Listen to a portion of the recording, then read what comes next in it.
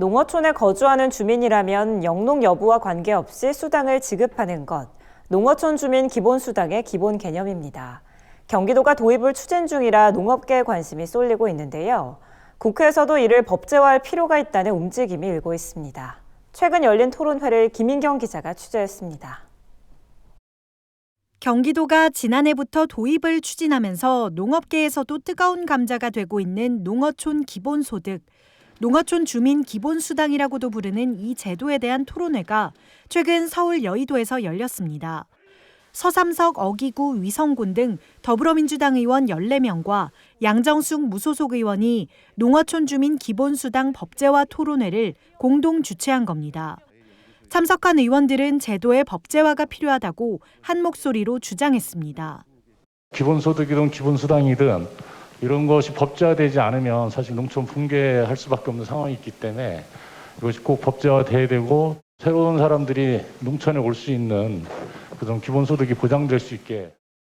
외국의 경우에 특히 선진국의 경우에는 농업보험, 또 재해보험, 품목별 단가제도 3개의 3중 안전장치가 있습니다. 그래서 농어촌에서도 기본적으로 생존을 유지할 수 있는 안정적인 그 소득을 유지해 갈 수 있도록 그렇게 입법례가 다 되어 있습니다.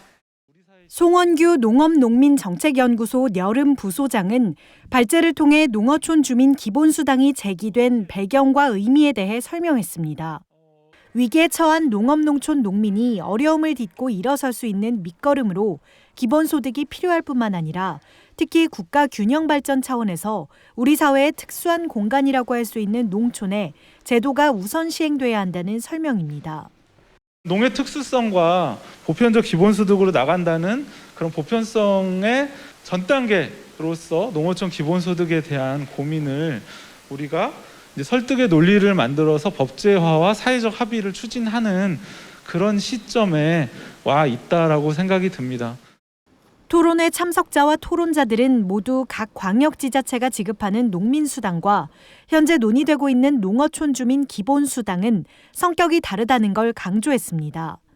또 농촌의 정주 여건을 높일 필요가 있는 만큼 제도의 성격이 어떻게 다른지, 제도의 법제화가 왜 필요한지 납세자인 도시민을 충분히 설득해야 한다고 입을 모았습니다. 사람을 흡수할 수 있는 공간으로서 정주지로서 그런 기반이 갖춰져 있느냐, 그것을 갖추기 위해서 어떤 것을 투자해야 되느냐, 재원 마련을 어떻게 할 것이냐, 여러 가지 문제들을 법제화 과정에서 풀어야지만 아무래도 도시민들이 그것을 납득하고. 정주 여건 상황이 교육, 의료, 문화를 비롯해서 도시 사람들이 기본적으로 누릴 수 있는 것을 농촌 사람들이 누릴 수 없는 게 많아요. 좀 더 나은 방향으로 하기에는 농민수당을 해결할 수 없다는 겁니다. 농촌 기본소득 같은 경우는 지역 균형 발전 그리고 지역 소멸에 대응할 수 있는 것이기 때문에 실제 납세자들에게 충분히 이해시킬 수 있는 그런 개념이다라고 판단하고 있습니다. 농촌에 돈이 늘기 위해서는 그동안의 정부 정책의 방식이 아니라 뭔가 기본소득 같은 어떤 새로운 분배 정책이 좀 필요하다는 말씀을 드리고 싶습니다. 기본소득은 우리 사회의 이제 이 불평등 양극화를 완화를 할 수 있다라고 저는 기대를 하고 있고요. 경기도가 쏘아올린 공에 대해 농업계에서도 환영의 목소리가 모아지는 가운데 국회가 조만간 입법에 팔을 걷어붙일지 주목됩니다. NBS 뉴스 김인경입니다.